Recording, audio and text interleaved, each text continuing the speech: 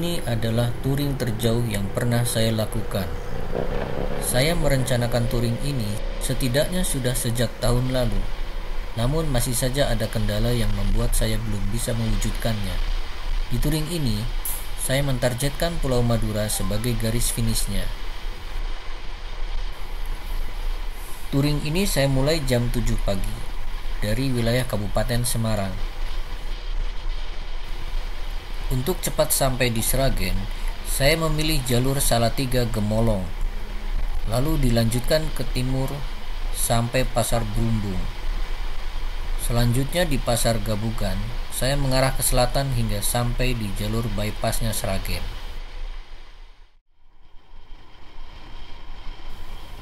Jalur bypass Sragen ini sangat efektif untuk mempersingkat waktu bagi kendaraan apapun yang akan menuju ke arah timur.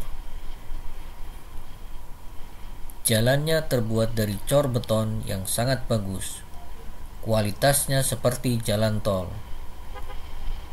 Jalur bypass ini sepertinya tidak boleh dilalui oleh kendaraan roda 4 atau lebih untuk arah timur ke barat.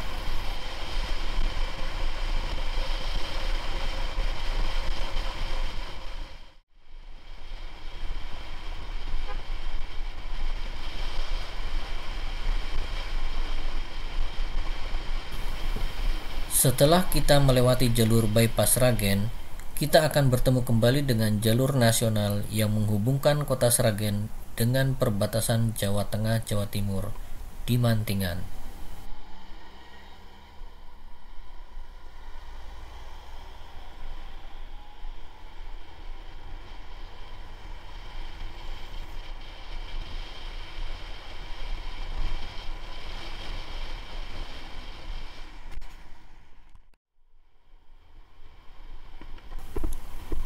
Nah, inilah perbatasan Jawa Tengah dan Jawa Timur. Setelah melewati batas ini, kita memasuki wilayah Mantingan di Kabupaten Ngawi.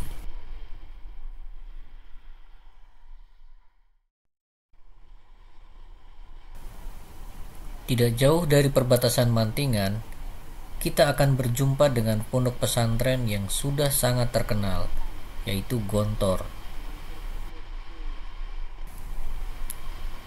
Terlihat di sisi kanan kiri jalan berjejer bangunan-bangunan miliknya Gontor.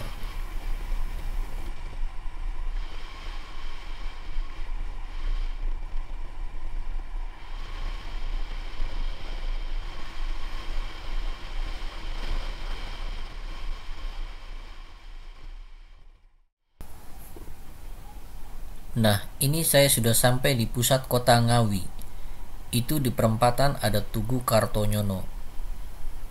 Di perempatan ini saya sempat salah arah karena belok ke arah kiri atau ke utara. Seharusnya saya tetap mengarah lurus atau ke timur. Jadi di jalur ini saya putuskan untuk putar balik untuk kembali ke jalur yang benar.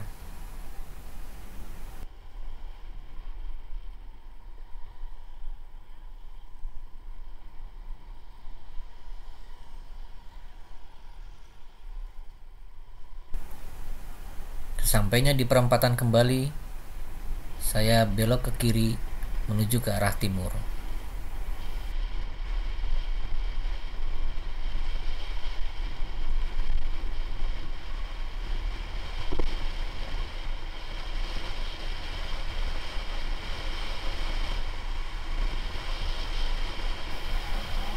Oh iya, di perjalanan ini rata-rata kecepatan saya dalam kondisi stabil ya sekitar 60 sampai 70 km per jam.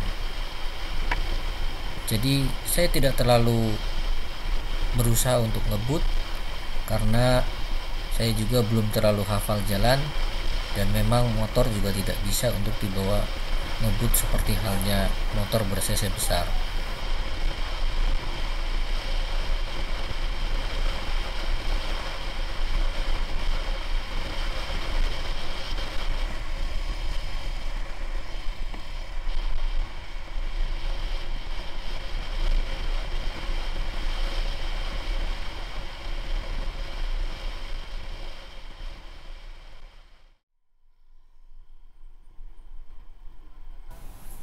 Setelah melintasi wilayah Ngawi yang cukup panjang, akhirnya saya melewati perbatasan dengan Kabupaten Nganjuk.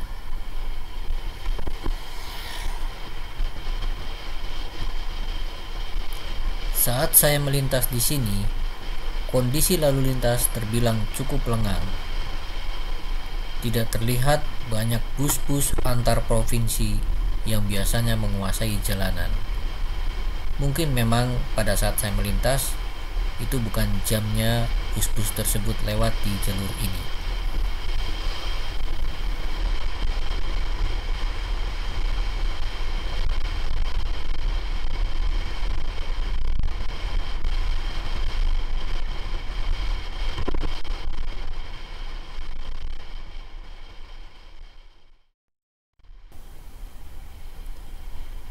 Nah, inilah wilayah kota Nganjuk.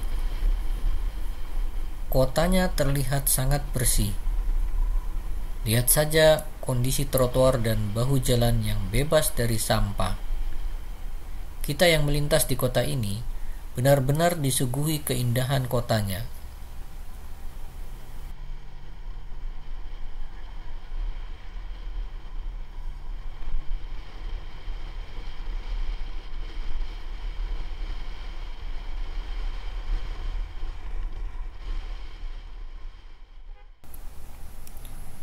Itu di perempatan ada Tugu Adipura sebagai pertanda bahwa kota Nganjuk sudah meraih penghargaan sebagai kota Adipura.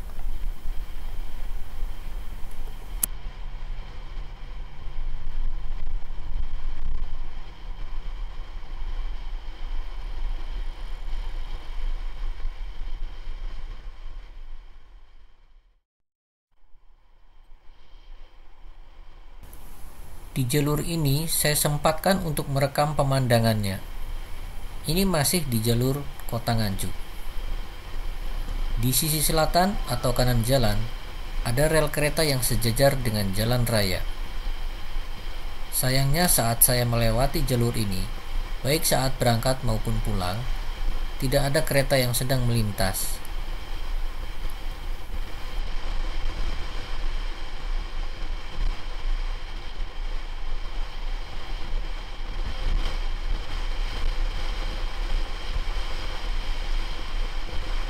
Sebelum sampai Kertosono, antara jam 12 hingga jam 1 siang, saya berhenti sejenak untuk sholat zuhur di Masjid Al-Ijabah, sekaligus rebahan untuk meluruskan punggung. Tidak jauh dari masjid, saya kemudian berhenti lagi untuk makan siang sambil menambah waktu istirahat.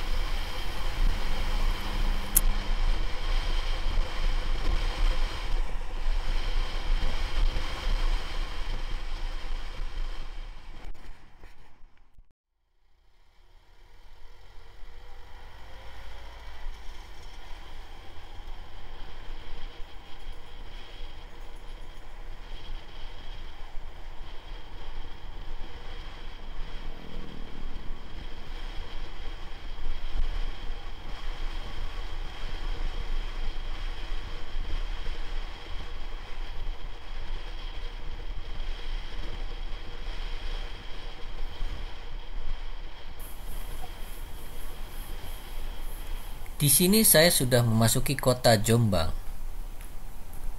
Pelintas dari arah barat seperti saya ini akan diarahkan untuk melintasi jalur satu arah di bagian utara pusat kota.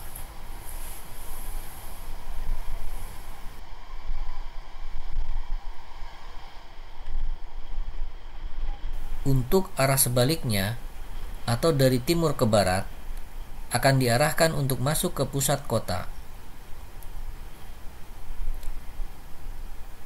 Saya sendiri sempat tersesat di dalam kota Jombang ketika perjalanan pulang, karena saya meminimalisir menghidupkan GPS demi menghemat baterai dan menjaga agar HP tidak panas.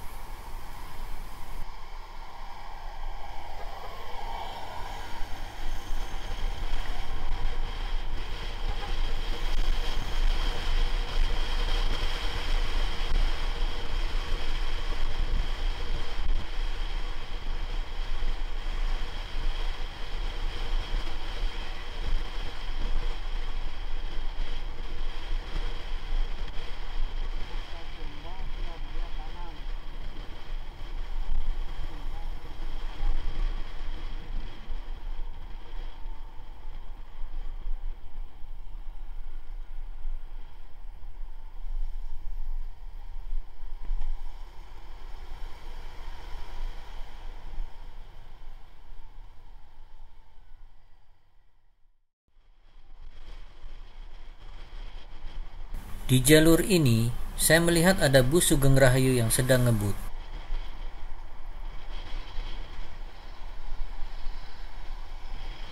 Saya tertarik untuk mengabadikan aksi bus itu.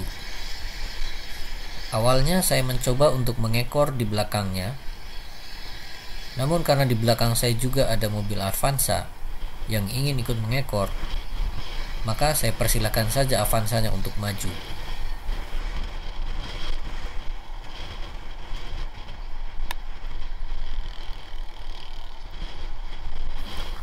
Bus Sugeng Rahayu memang terlihat melaju dengan cukup kencang di tengah lalu lintas yang cukup ramai. Terlihat Avanza pun mengikutinya dengan semangat. Saya sendiri sampai kewalahan untuk mengikuti kecepatan mereka.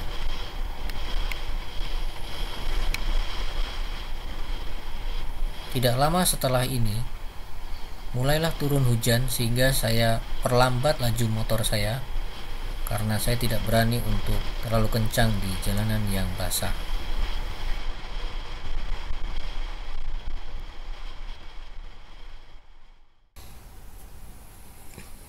Memasuki wilayah Mojokerto, kondisi jalanan cukup basah bekas hujan. Ciri-cirinya kita sudah melewati area Mojokerto adalah banyak ditemukannya tembok pagar rumah atau bangunan di pinggir jalan yang bercorak zaman kerajaan. Meskipun pagar-pagar tersebut tidak tampak dalam video ini, namun percayalah bahwa Anda akan mudah mengenali wilayah Mojokerto melalui penampakan pagar-pagar estetik itu.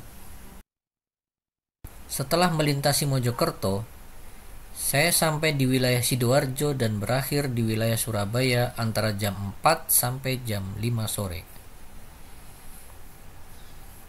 Perjalanan di wilayah Sidoarjo Surabaya tidak saya rekam karena kondisi hujan lebat.